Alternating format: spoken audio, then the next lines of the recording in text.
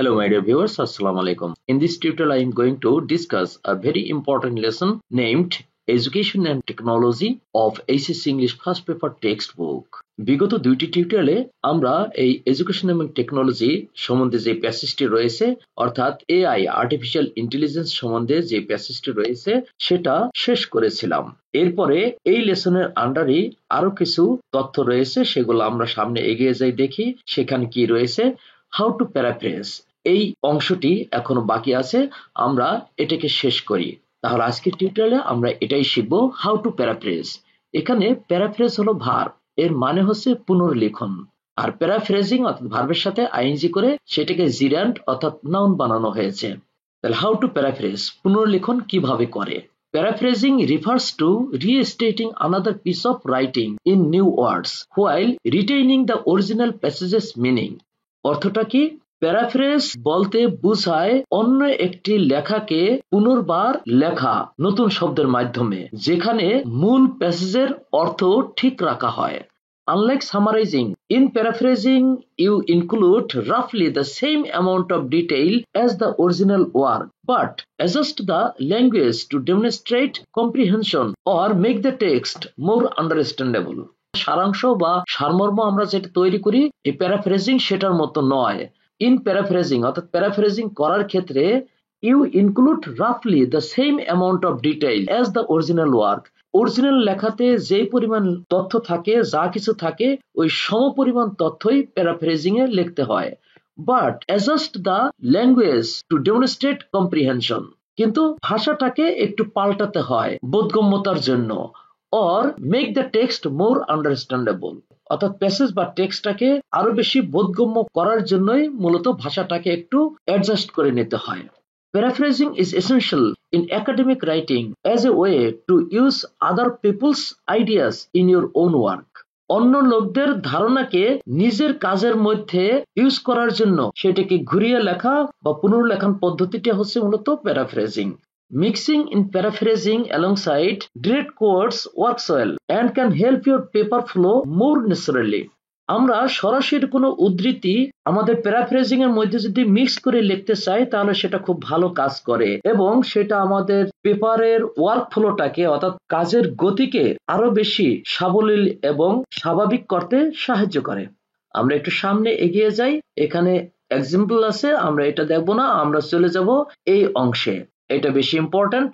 Steps to paraphrasing without plagiarising. Plagiarising না করে paraphrase করার যে ধাপগুলো রয়েছে সেগুলো কি কি আমরা আলোচনা করব। প্লেজারাইজ হলো ভার্ব আর প্লেজারাইজিং হচ্ছে ভার্বের সাথে আইএনজি অর্থাৎ জিরান্ড। প্লেজারাইজিং অর্থ হচ্ছে নকল করা। এটা সিনোনিম হিসেবে আমরা বলবো কপিং, স্টিলিং, লিফটিং, অ্যাপ্রোপ্রিয়েটিং ইত্যাদি। অ্যান্টোনিম হিসেবে বলবো অ্যাট্রিবিউটিং, ক্রেডিটিং, অ্যাকনোলেজিং, রিফারেন্সিং ইত্যাদি। Number 1, read the source articles thoroughly. মূল যে আর্টিকেল রয়েছে সেটাকে সম্পূর্ণরূপে পড়ুন। থ্রোলি হচ্ছে অ্যাডভার্ব, এর মানে হচ্ছে সম্পূর্ণরূপে। তাহলে এটা সিনোনিম হিসেবে আমরা বলবো কমপ্লিটলি, এন্টারলি, ফুললি, ডিপলি, প্রফাউন্ডলি ইত্যাদি। আর এটার অ্যান্টোনিম হিসেবে আমরা কি বলবো? সুপারফিশিয়ালি, পার্টলি, স্লাইটলি, নেগলিজেবলি, ইনএডিকুয়েটলি ইত্যাদি। The first step in rewriting articles is to thoroughly understand the source material. কোনো আর্টিকেল রিরাইট করার ক্ষেত্রে প্রথম ধাপই হচ্ছে উৎস উপকরণকে বা মূল উপকরণকে ভালোভাবে বোঝা। Choose which passages you want to paraphrase. আগে আমাদের সিলেক্ট করতে হবে কোন প্যাসেজগুলোকে আমরা প্যারাফ্রেজ করতে চাই।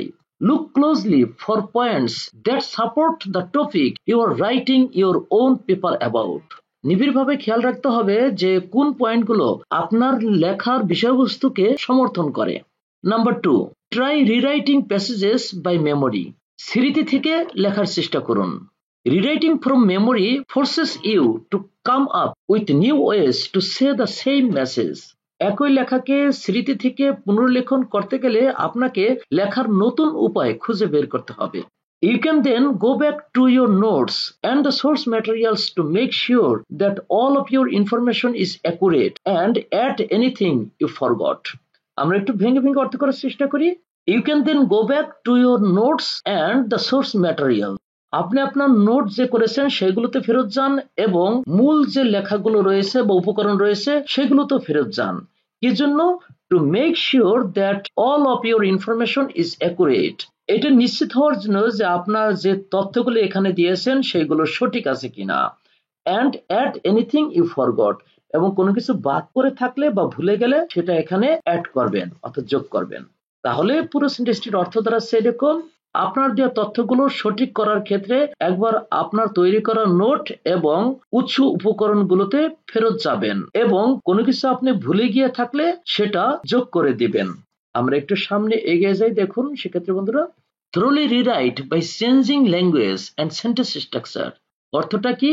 thoroughly rewrite সম্পূর্ণরূপে পুনর্লিখন করুন, by changing language ভাষা পরিবর্তন করে, and sentence structure বাক্যের গঠন প্রণালী চেঞ্জ করে।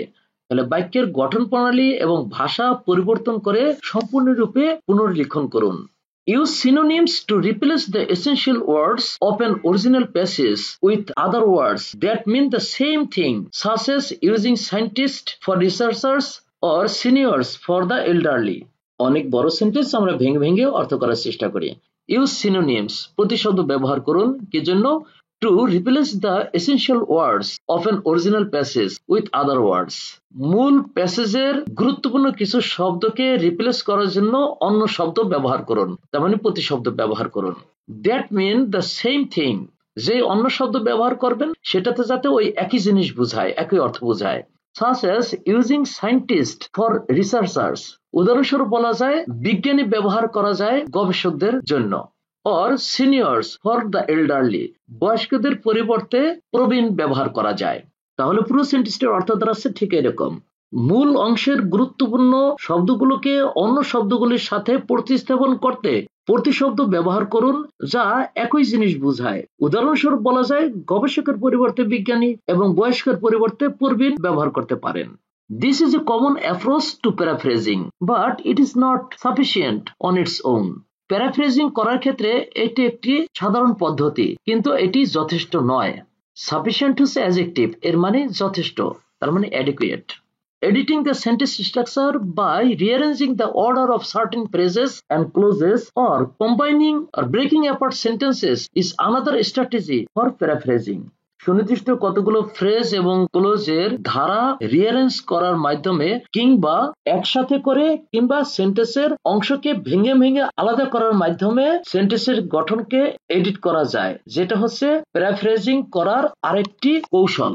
আমরা একটু সামনে এগিয়ে যাই, দেখুন, Be careful that doing so does not cause you to overuse the passive voice। এই ব্যাপারে খুব সতর্ক হতে হবে যে আপনার লেখায় যাতে প্যাসিভ ভয়েসের ব্যবহার খুব বেশি না হয়।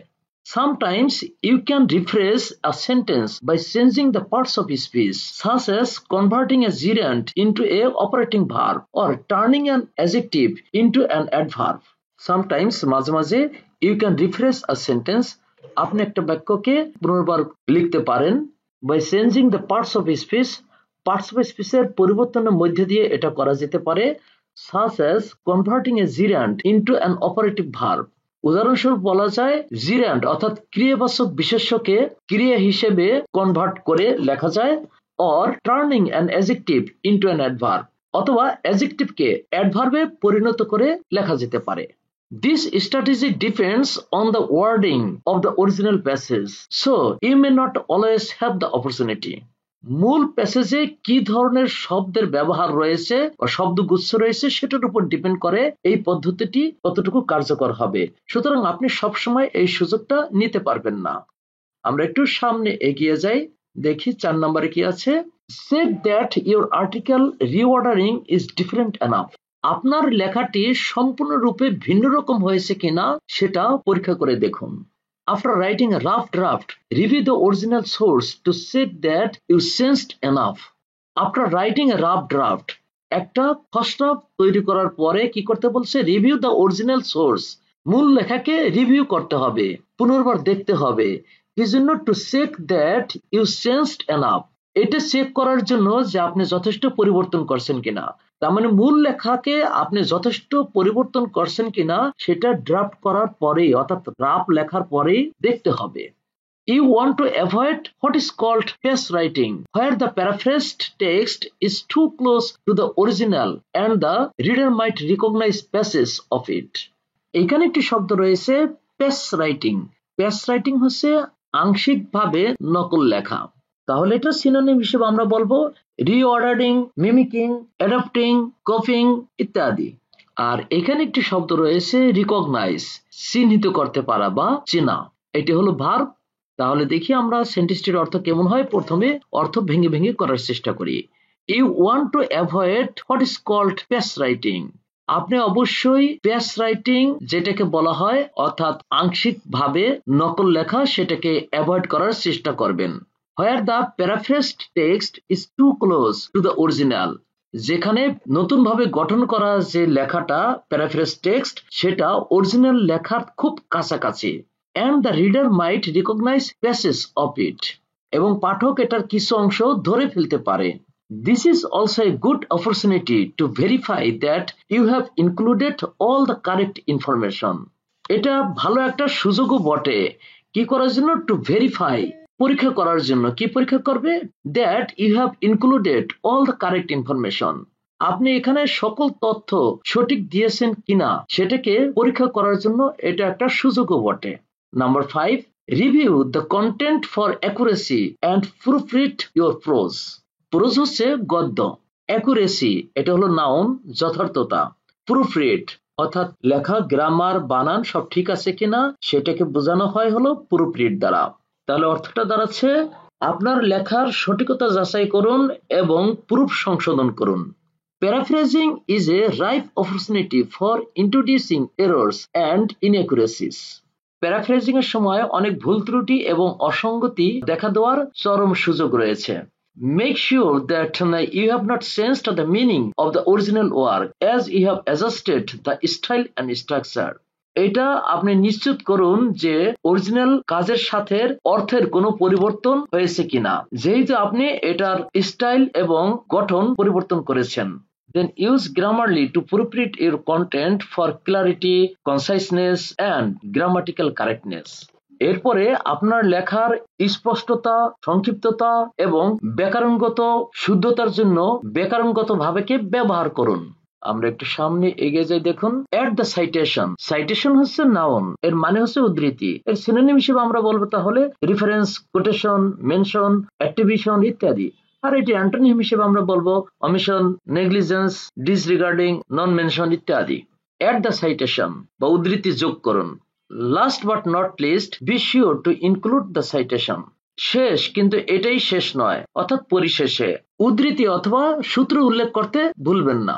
Make sure you are using the correct citation format for your style, whether APA, MLA or Chicago. এটা নিশ্চিত করুন যে আপনার লেখা যেই ধরনেরই হোক, APA, MLA or Chicago, citation অর্থাৎ সূত্র উল্লেখ করতে ভুলবেন না। If you are using paraphrasing an article, most of the time you will use a parenthetical citation after the passage. আপনি যদি কোনো আর্টিকেলের প্যারাফ্রেজিং করে থাকেন তাহলে অধিকাংশ ক্ষেত্রে প্যারাফ্রেজ করার শেষে একটি প্যারেনথেটিক্যাল সাইটেশন যুক্ত করবেন। এটি ছিল আজকের টিউটোরিয়াল। আমরা নেক্সট টিউটোরিয়ালে পরবর্তী লেসনটি নিয়ে আলোচনা করব, সেটা দেখার অনুরোধ রইল। সে পর্যন্ত সবাই ভালো থাকবেন, সুস্থ থাকবেন। আল্লাহ হাফেজ। এভাবে পড়াশোনা সংক্রান্ত নিত্য নতুন টিউটোরিয়াল পেতে আমাদের সাথেই থাকুন। ধন্যবাদ সবাইকে।